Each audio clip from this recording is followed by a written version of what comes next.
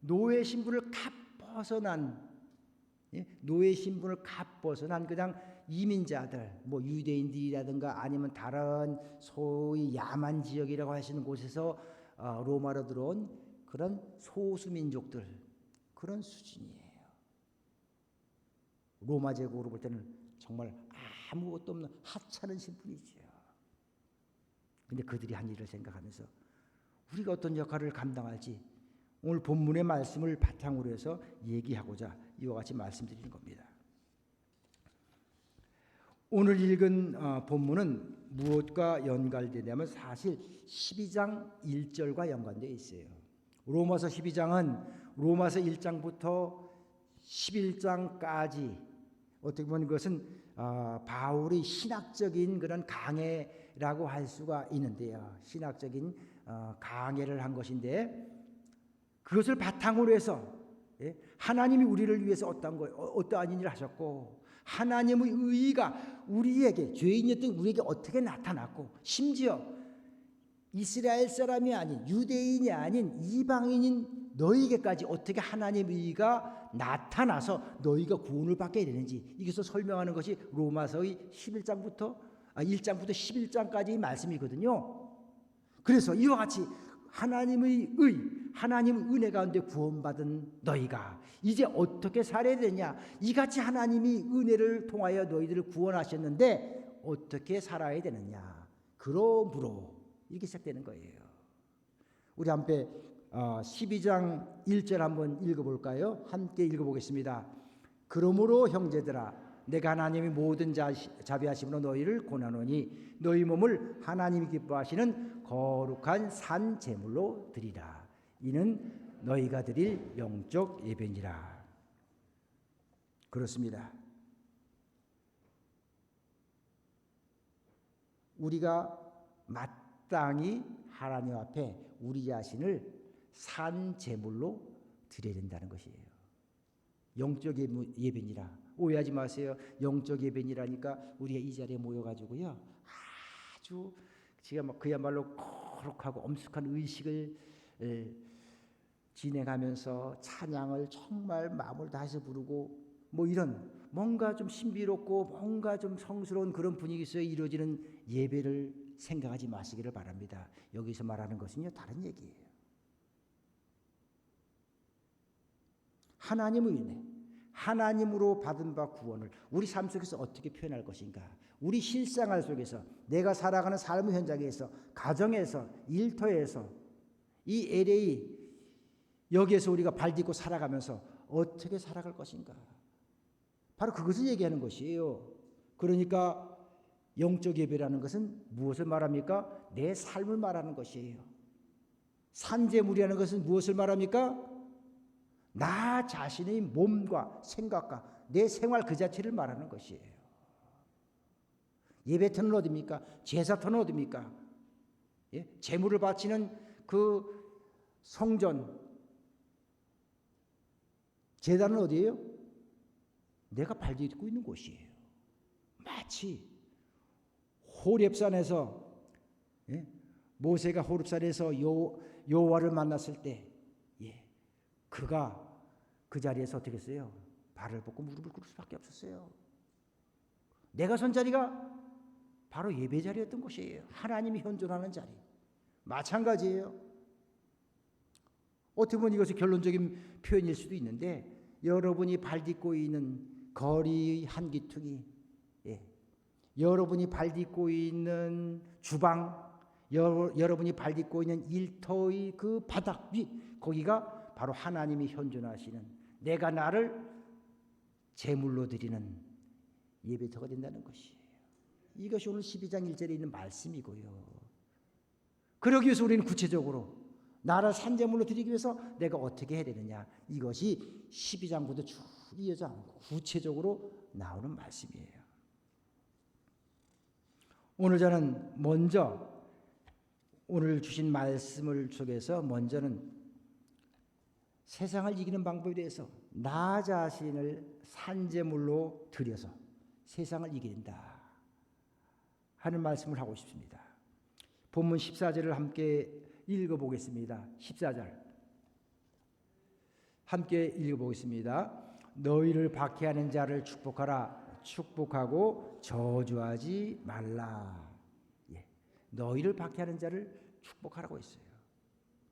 나를 박해하고 나를 핍박하는 사람,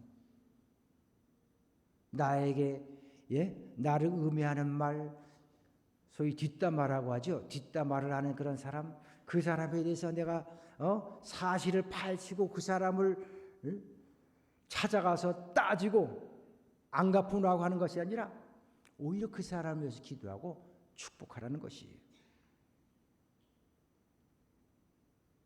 그런 사람을 피하라. 맞서 싸우거나 혹은 아예 피하라. 상종하지 말라. 그런 것이 아니에요. 오히려 뭐라고 했어요? 축복하라. 이것이 예수님이 직접 당신의 사역을 통하여서 몸소 실천하면서 우리에게 가르쳐주신 것이고요. 또 바울에게 전해주는 메시지입니다. 이것이 내가 산재물이 되는 삶의 방식이에요. 산재물의 의미를 다시 한번 되새겨 본다면요. 산 재물이라는 것은 살아있는 재물이에요.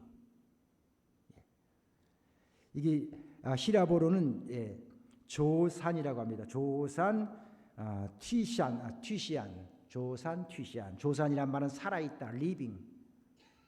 그리고 재물, 튀시안. 이 재물이라는 말은 또한 희생, 헌신이라는 뜻이 있습니다. 살아있는 재물, 살아있는 희생. 희생이라는 것은 바로 재물과 동의어죠. 즉 살아있는 재물, 재물이라는 것은 어떤 것입니까? 구약시대의 재물이라는 것은 죽임을 당하는 것이에요. 그죠? 양이나 소나 양을 각을 뜨고, 각을 먼저 피를 흘리고 각을 뜨고요, 가죽을 벗기고요, 때로는 팔다리를 잘라내고요, 배를 갈라서 내장을 빼내고요, 기름을 제거해서 태워버리고요, 때로는 그 몸뚱이 되는 고기는 삶거나 굽거나 해서 제단에 바치고요. 이런 여러 가지 제사 방식에 의해서, 이것은 비단 우리 율법에 따른 그런 구약시대의 제사뿐만 아니라 이방신을 섬기는 이방의 제사에도 그 비슷한 과정을 거쳤어요. 근데 그 공통점은 뭐냐? 제물은 반드시 죽임을 당해야 돼요. 피는 제단에 뿌려지고요, 그리고 상당 몸뚱이는 구워지거나 태워지거나 삶아지거나 해서 제단에 바쳐집니다. 분명한 것은 죽어야 돼요. 그런데 산재물이라고 했어요. 이 말은 뭡니까? 계속 살아있으면서 반복해서 죽는다는 것을 의미하죠. 다시 말하면 우리 자신이 살아서 끊임없이 내 삶을 통해서 나를 제물로서 바친다는 것이에요. 내가 제사장이 되어서 내가 직접 나 자신을 잡아서, 제물로 잡아서 피를 흘리고 고통을 당하면서 제물로 나를 바친다. 이것이 산제물의 의미입니다. 바울이 우리에게 이 말씀을 우리에게 요구합니다. 바울 사도께서 우리에게 이 말씀을 통해서 우리로 하여금 그와 같이 살도록 요구하고 있다는 것이에요. 얼마나 엄중한 도전입니까? 얼마나 엄청난 요구입니까? 너무 쉽게 생각했어요. 그저 이 자리에 와서 정말 정성을 다해서 준비된 찬양을 하고 열심히 기도하고 열심히 설교를 듣고 은혜 받고 아멘 하면 되는 줄로 생각했는데, 그것이 하나님께 드리는 예배인 줄 알았는데, 하나님이 받으시는 예배는 그것이 아니라는 것이에요. 하나님 기뻐 받으시는 예배는 우리가 우리 삶을 통하여서 내가 나를 희생제물로 드려진 그런 삶의 예배를 원하신다는 것이고요. 바로 그것이 바로 핍박하는 자를 위해서 오히려 축복하고요, 나를 미워하는 사람을 용서하고 나의 원수를 위해서 기도하고, 바로 그것이 우리가 마땅히 해야 될 것이라는 것입니다. 우리가 사도행전 7장을 떠올려 보세요. 사도행전 7장 55절에 보면은 스데반이 이와 같이 기도하며 주고합니다. 주여, 이 죄를 그들에게 돌리지 마옵소서. 무도한 무리들에게 돌팔매로 죽임을 당하면서 그는 하늘을 바라보며 이와 같이 기도했던 것이에요. 예수님께서는 어떻게 하셨습니까? 예수님도 마찬가지로 십자가 위에서 죽어가시면서 예수님도 똑같이 기도하셨습니다. 주여, 저희들을 용서해 주옵소서. 저희들이 자신들이 무엇을 하는지 알지 못합니다. 예수님은 자신을 죽이고 자신을 비방하는 그런 무리들을 향하여서 오히려 용서를 구하면서 죽어가셨던 것을 보게 됩니다. 결국 예수님은 부활하시고 부활이 천열배가 되셨을 뿐만 아니라 우리 구원자로 다시 서시지 않았습니까? 스데반의 그 죽음의 현장에서 그는 돌팔매질 당하고 죽어갔지만 하나님 앞에 간절히 기도하면서 그들을 용서하면서 죽어갔어요. 그 현장에 누가 있었습니까? 사도 바울이 있었죠. 그 당시 사울이 결국은 사울의 그 뇌리에 깊이 그것이 박혔을 것입니다. 기억 속에. 아마 이것은 훗날 그가 회개하는데 그가 돌이키는데 아마 영적인 씨앗이 됐을 거예요. 우리의 용서와 우리의 이와 같은 대응에 산재물이 되어가는 우리의 희생이 지금 당장은 나에게 손해가 되는 것 같고 어떤 대세에 어떤 흐름에 아무런 유익이 될 것 같지 않으면 오히려 나는 패배자가 되고 결국 우리는 패배한 것 같으나 결국은 이 모든 흐름을 하나님이 바꿔주시고 우리를 승리케 하신다는 것을 믿으시기를 바랍니다. 두 번째로요. 이웃과 공명하며 화목하는 삶을 우리에게 지금 말해주고 있습니다.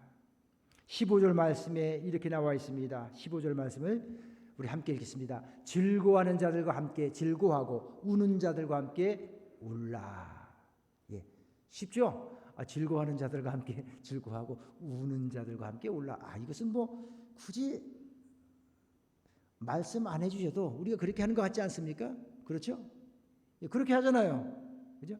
자, 그런데 사실 이게 그리 쉬운 것은 아닙니다. 이게 단순히 결혼식장에서 혹은 장례식장에서 우리가 결혼식 가서 축하합니다.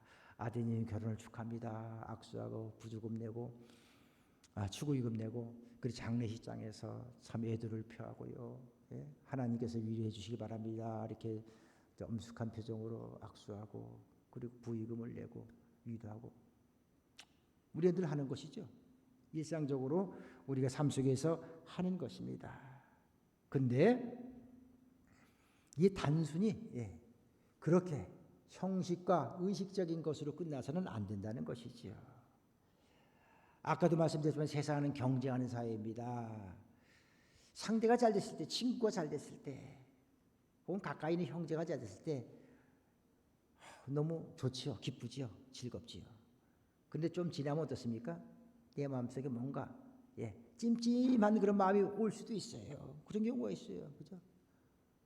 내 형편이 안 좋고 내 상황이 안 좋은데 다른 사람은 나는 노력하고 애쓰고 수고하는데 그렇다고 뭐 내가 무능하고 뭐 노력하지 않고 그런 것이 아니에요. 나는 열심히 살아가는데 나는 애쓰고 수고하는데 저 친구는 뭐 그냥 대충대충 하는 것 같은데도 뭔가 사람도 인복도 많고 뭔가 잘 돼. 정말 재수가 좋은 건지 복을 많은 건지 잘 되고 잘 풀리고 있는데 나는 노력하고 애쓰는데 안 돼. 그럼 사람 마음이 웃는 낯을 축하한다 잘돼 좋아한다 하지만 그 마음속에 어떤 마음이 생깁니까? 시기하는 마음, 질투하는 마음이 생길 수밖에 없어요. 마찬가지로요. 다른 사람의 고통과 아픔에 함께 참여하고 슬퍼하는 것도 사실은 한계가 있어요. 많은 경우 우리는 다른 사람의 슬픔, 아픔을 함께 나누는 것에 인색하고 사실은 모른 척하고 외면하기 쉽습니다. 물론 심각하게 그들을 조롱하거나 그들을 판단하지 않지만은 그렇게 안 한다 할지라도 때로는 그들의 아픔과 그들의 슬픔에 진정으로 동참하고요. 함께 공명하는데 게을리할 때가 있습니다. 그런데 우리 그리스도인은 그런 모든 그런 마음들, 그런 이기적인 마음이나 시기하는 질투하는 마음까지도 버리도록 부르받았다는 것이에요. 간단합니다. 말씀 그대로 우리가 처음에 받았던 느낌 그대로 즐거워하는 사람하고 아무런 전제라든가 아무런 뒤에 어떤 감정 없이 그냥 함께 즐거워하는 것이에요. 슬퍼하는 사람하고 함께 슬퍼하는 것이에요. 내일처럼. 아파하는 사람도 마찬가지로 내가 그 아픔을 당한 것처럼 함께 아파하는 것이에요. 이것이 그리스도인이 할 일이라는 것입니다. 이것이 다른 말로 공명이라고 하는 것이에요. 공명. 함께 울린다. 뭐 여기 좀 복잡하고 어려운 말을 제가 좀 찾아봤는데요. 이건 기계적인 물리학적인 그런 규정이에요. 어떤 시스템, 그러니까 어떤 기계죠. 어떤 기계가 보통 이제 소리죠. 고유의 진동수를 가지고 있어요. 그 진동수에 따라 음이 높고 낮음이 있는데 그 진동수가 같으면 두 개의 어떤 시스템이 진동수가 만약 같다. 그러면 진동의 파장이 이렇게 오는데 그것이 파장이 똑같으면은요 서로 겹치면서 증폭이 된다는 것이죠. 이 공명이에요. 그래서 소리가 같은 진동수로 해서 뭉치면은 소리가 증폭이 되는 것이에요. 이게.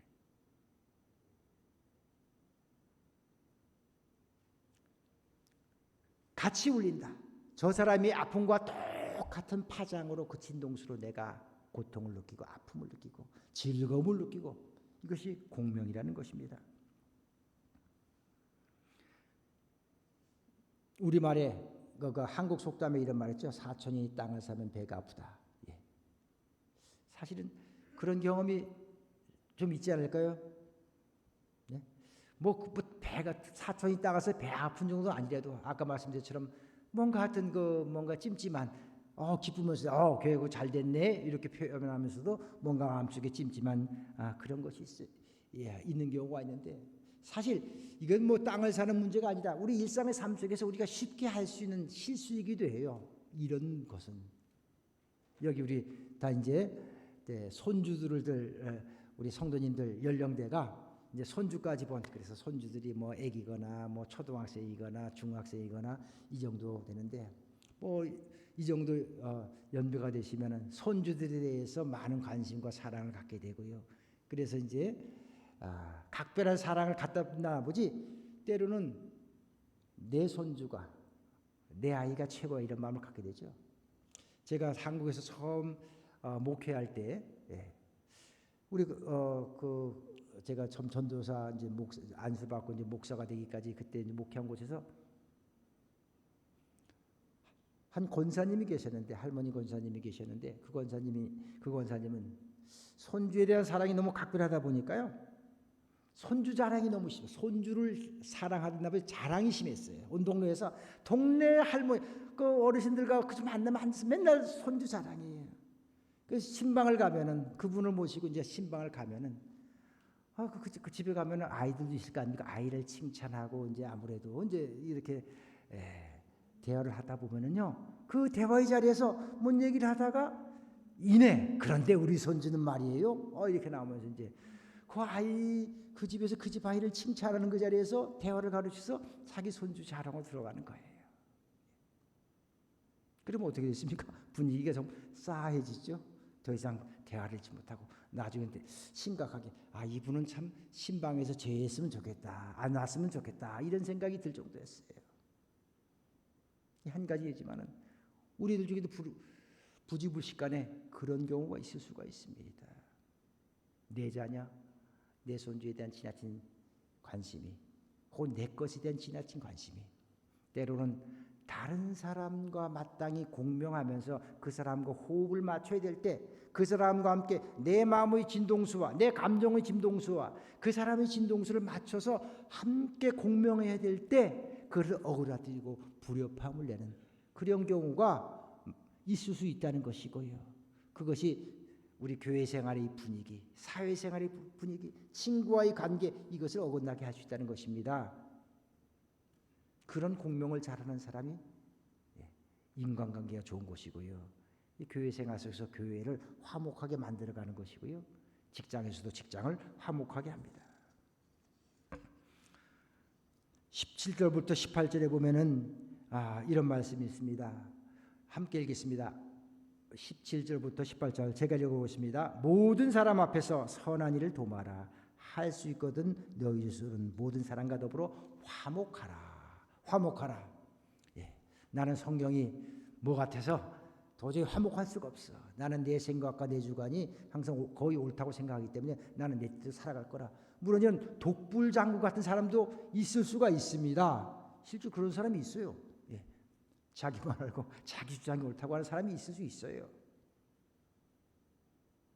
그러면은 그 사람을 설득하고 깨닫게 해서 고쳐서 함께 사깁니까? 어느 세월이에요. 그럴 수가 없다는 것이죠. 여기서 말하는 화목이라는 것은 모든 사람이 같은 생각을 품고 같은 뜻을 같이 해서 같은 방향으로 나가자, 이것이 아니에요. 화목이란 말은 동의, 영어에 이제 어그리먼트라고 할 수 있죠. 동의와는 다르다는 것입니다. 동의라는 것은 뭡니까? 생각이 같다는 뜻이죠. 생각이 같기 위해서는 생각이 다른 사람과 토론을 하고요. 누가 옳으니 누가 그러니 시시비비를 따져야 되고요. 그렇게 하기 위해서 끊임없이 논쟁해야 되고요. 서로 마음을 열어놓고 논쟁을 하지 못하면, 토론을 하지 못하다 보면 말싸움이 되죠. 그냥 갈라서게 됩니다. 동의는커녕 서로 갈라서게 되는 것이죠. 화목이라는 것은 그것을 말하는 것이 아닙니다. 우리 화목의 뜻은 카탈라게, 히라보로 카탈라게라고 하는데요. 이 카탈라게의 뜻은 무엇이냐? 어떤 관계, 사람과 사람과의 관계 속에서 관계의 전환, 방향을 튼다. 이것을 의미하는 것이 아닙니다. 화목이라는 것은 뭡니까? 이 관계가 이렇게 해서 방향이 서로 또 같아져 가지고 그 관계가 이게 서로를 향하여서 가까워진다. 이것을 말하는 것이 아니에요. 혹은 뒤틀린다거나 혹은 서로를 향해서 향한다거나 이런 것을 말하는 것이 아니라 방향을 같이 하는 것. 그냥 서로 때로는 의견이 같지 않을 수도 있습니다. 예? 서로 생각하는 바가 다를 수가 있어요. 서로의 이념, 사상, 어떤 그런 감정이 다를 수가 있어요. 하지만 그럼에도 불구하고 완전히 어그리먼트하지 않지만은, 동의하지는 않지만은 그냥 같은 방향을 향해서 함께 걸어가는 것. 이것이 화목, 이 히라보 성경에서 말하는 카탈라게의 뜻입니다. 교회 생활을 하고 사회 생활을 하다 보면요, 뜻이 안 맞는 경우가 많이 있어요. 사회 생활을 할 때도 모임, 직장, 친구 아닌 모임에서도 뜻이 다를 때가 있잖아요. 보통은 서로 그냥 의기투합해서 어떤 일을 으쌰으쌰 하긴 하지만은 때로는 다를 수가 있어요. 특히 교회에서도 마찬가지 아닙니까? 예. 때로는 담임 목사님이 어떤 목회의 비전을 가지고 이렇게 나가자 할 때 다른 생각을 가질 수도 있어요. 그래서 반대의 입장을 표할 수도 있어요. 내가 그걸 반대하니까 난 도저히 죽어도 나는 동의 못합니다. 못하겠습니다. 그럼 안 되니까 그럼 난 교회 나가겠습니다. 이렇게 되면 교회라는 것이 성립이 되겠습니까? 아니죠. 100% 뜻과 생각이 맞는, 정말 100% 공명할 수 있는 사람이 어디 있겠습니까? 없어요. 그런데 성경은 화목을 이야기하고 있습니다. 심지어 생각이 다르고요, 관점이 다르고 사상이 다를지라도 함께 같은 방향으로 갈 수 있다는 것이에요. 그렇게 하라는 것이에요. 화목하라는 말씀은 그런 것이에요. 전적으로 너희는 한 뜻이 되어서 한 덩어리에서 오직 한 방향으로만 가라. 그것이 아니에요. 그렇게 되면 애초에 교회가 성립이 안 돼요. 여기에 있는 지금 50-60명의 우리 성도들이 서로 같은 뜻을 품고 같은 감정을 품고 같은 생각을 가진 사람들이 한 쌍이라도 있을까요? 없습니다. 한마디로 콩가루예요. 모래알 같아요. 예? 어느 두 사람을 맺어서 딱 그렇게 들여맞는 사람이 있습니까? 없습니다. 그런데 어떻게 이 교회를 통해서 뭔가 이루어집니까?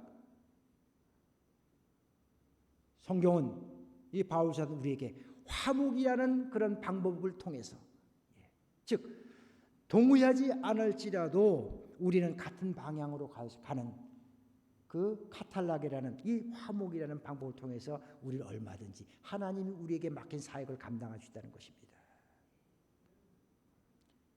요셉과 형제들을 생각해 보세요. 요셉이 애굽의 총리 되었을 때에 그 형제들을 만나게 됩니다. 그 형제들이 식량을 구하기 위하러 왔다가 결국 만나게 되죠. 나중에 서로의 정체를 알게 되고요. 형제들이 눈물을 흘리면서 다가왔을 때 요셉도 마찬가지로 눈물을 흘리며 그들을 껴안습니다. 요셉은 그들을 정죄하지 않았습니다. 얼마나 원수 같아요. 자기를 팔아먹은 그 형제들인데 당연히 정죄해야죠. 당연히 벌을 줘야죠. 근데 그렇지 않았습니다. 모든 것이 하나님의 뜻이, 하나님 섭리가 여기까지 오게 했다 하면서 그들을 보듬고 함께 울었어요. 이것이 화목의 한 예라고 할 수 있어요. 그것이 뭐냐? 때로는 정죄하고 그들을 판단해서 그들이 벌을 물은 것이, 그들의 죄가를 묻는 것이, 적어도 그들의 실수를 인정하게 하고 그들의 죄가를 어느 정도 묻는 것이 정의로운 것이고 합당한 것이지만은, 그러나 요셉은 그렇지 않고 그 모든 것을 하나님께 맡기는 가운데 그들을 보듬었어요. 근데 그래서 그 결과가 어떻게 됐습니까? 하나님께서 요셉뿐만 아니라 그 형제들, 그 나쁜 형제들까지 함께 그들을 묶어서 이스라엘 민족으로 만들었습니다. 애굽이 그 형제들 정죄하고 내쳤다면 이스라엘 민족이 이루어졌을까요? 물론 성경의 역사는 다르게 쓰여졌겠지만 여하튼 분명한 것은 이스라엘 민족은 없었을 것이에요. 이게 하나님의 섭리입니다. 우리가 화목하기를 다짐하면은, 내가 동의하지 않고, 내가 때로는 목사님과 내가 때로는 다른 성도와 동의하지 않을지라도, 그러나 큰 틀 속에서 내가 그들이 바라는 방향을 함께 가고자 했을 때, 가면서도 계속 내 속에는 동의하지 않을지도 몰라요. 동의할 수 없을 수도 있어요. 그냥 가는 거예요. 그런데 그 역사의 결과는 누가 만들어 가시느냐? 하나님이 보이지 않는 손길로 만들어 간다는 것을 믿으시기를 바랍니다. 말씀을 정리합니다. 우리가 구체적으로 이 정말 황량하고 정말 광막한 사막 같은, 이 영적인 사막 같은 이 에리에서 아주 작은 자로 살아가면서 우린 패배주의에 머물 이유가 없습니다. 왜? 그 거대한 로마 제국도요, 노예 출신의 이민자 출신의 아주 소수의 그리스도인들이 결국은 바꿔놨거든요. 모진 박패를 수백 년간 견뎌내고 결국 로마 제국을 기독교 국가로 만들어놨잖아요. 지금 미국은 기독교의 정신이 쇠퇴하고 너무너무 세속적으로 치닫고 있습니다. 그 대표적인 것이 사실은 우리가 사는 이 헐리우드라고 할 수 있죠. 이 속에 살아가는 특히 보잘것없고 소수인, 정말 이제 나이도 많이 들고요. 대부분 정말 젊었을 때 그런 혈기나 이런 그런 능력도 많이 사라진 이때이지만, 그러나 하나님은 우리를 통해서 분명히 여기에서 우리가 화목하는 가운데, 우리가 공명하는 가운데, 우리가 선으로서 악을 이기는 그런 삶을 통하여서 조금씩 이 거대한 이 세속적인 구조에 금을 내가면서 그 속에 복음을 침투시키고 변화의 물결을 쏟아넣을 수 있는 그런 도구로 우리를 사용해 주실 줄로 믿습니다. 이 같은 출발을, 이 같은 구체적인 실천을 우리 성도들이 이 아침부터 시작할 수 있기를 주의 이름으로 축원합니다. 우리 이 시간 다 함께 기도하시겠습니다. 오늘 주신 말씀을 생각하면서 우리가 선으로 악을 이기는 그런 성도가 되기 위하여서, 우리 삶을 통하여서 우리 미약하고 부족한 손길을 통해서 하나님이 나를 산제물로 받으셔서 우리가 사는 가정, 우리가 사는 일터, 이웃과의 삶 속에서 날마다 거룩한 산 제사가 하나님께 드려지기를 위해서 기도할 수 있기를 바랍니다. 자비하신 아버지 하나님, 감사합니다. 주께서 우리를 부르시고 말씀을 통해서 이렇게 하시고 깨닫게 하시니 감사합니다. 저희가 더욱더 힘쓰고 하시고, 아버지여, 주께서 먼저 우리를 부르신 본분을 생각하게 해주셔서 세상 속에서 우리는 심히 미약하고 부족한 존재입니다. 연약한 존재입니다. 아버지 하나님, 그러나 주님은 크신 분이시기에, 주님께서 창조주시고 우리의 소유를 만드시는 분이시기에 가장 미약하고 보잘것없는 우리를 통해서 놀랍고 크신 일을 행하실 줄로 믿습니다. 믿음으로 주께 맡기게 하여 주셔서 이를 감당하는 순간에 우리가 한 마음이 되게 하시고 우리가 서로 협력하게 하시고 화목하게 하시고 우리 통하여서 하나님이 선을 통하여 악을 이기는